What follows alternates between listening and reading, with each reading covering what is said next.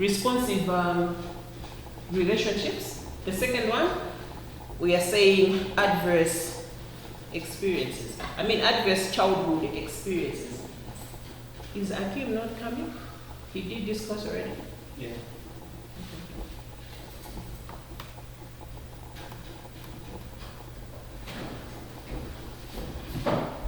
Children who experience more positive interactions in their early years go on to be healthier and more successful in school.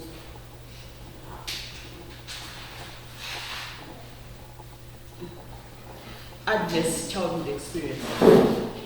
Children who experience more positive interactions in their early years go on to be healthier and more successful in school as well as in life in general.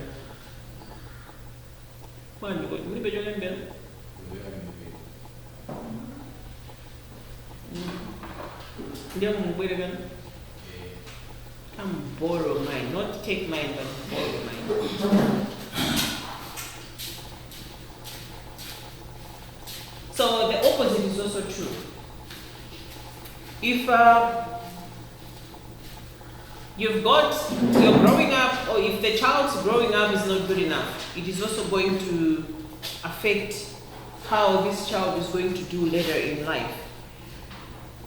Poverty, exposure to family violence, and lack of access to quality early learning experiences can negatively affect a child's early brain development. Poverty, exposure to family violence,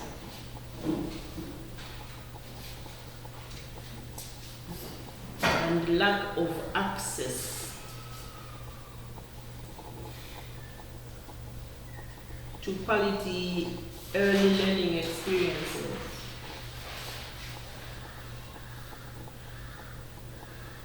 these will also negatively affect the development of a brain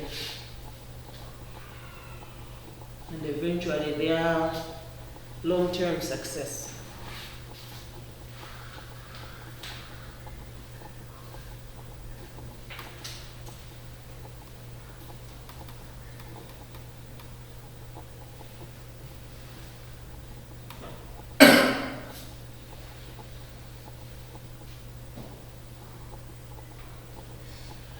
Alright, so when you see children play, whatever they are playing with, it's important.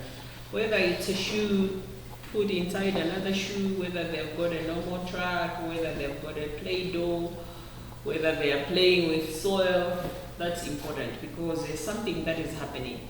But now we are saying the children that are exposed to violence, poverty, and all that, they are going to be affected for that during that period of time, but again for the rest of their life.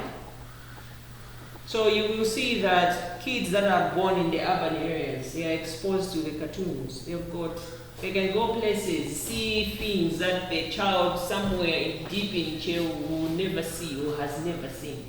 So you see, seeing a car is normal. A car is moving. It has got 4 wheels and all that. A child in town seeing a car is not something that they need to stop and say, oh, there is a car. But if you go somewhere down deep in the rural areas, you discover that a car is something that the guys will actually come around the car looking at it. What is this? They have never even owned a toy car in their life. So that is also going to affect the way their brains develop. So you buy a child a toy, they will play with it. At some point you find the car has been dismantled. What is happening? They are developing further to say, okay, I want to see what makes this do this. It means development is taking place.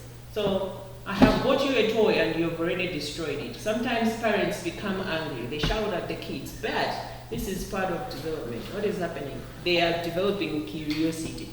So you may see that even from that, as they are growing up, they want to be why? Because of what is happening, because of what they have been exposed to. The girl child is also has got play dohs and all that. This is why you will discover that later in life you will see that girls most of the times they are growing up to looking forward to become mothers.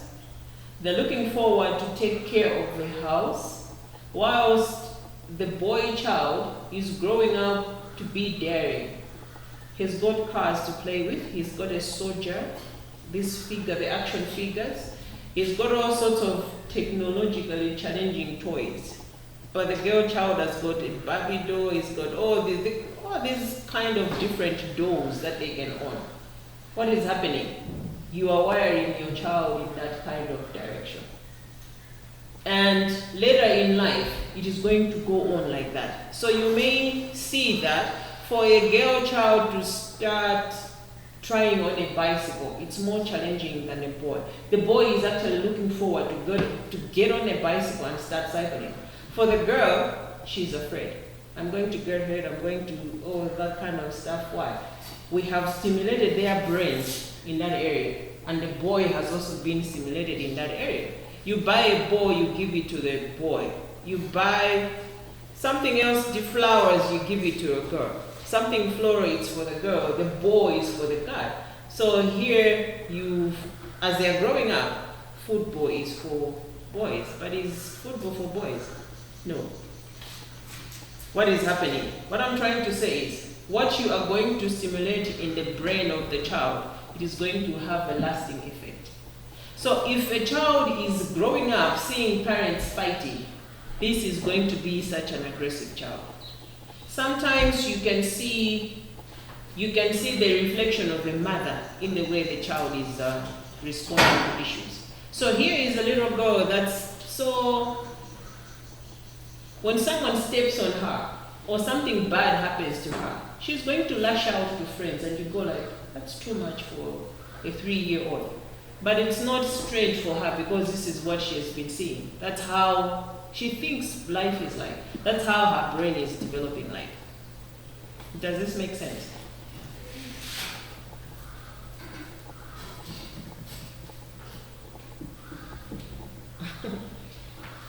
Is there any question so far?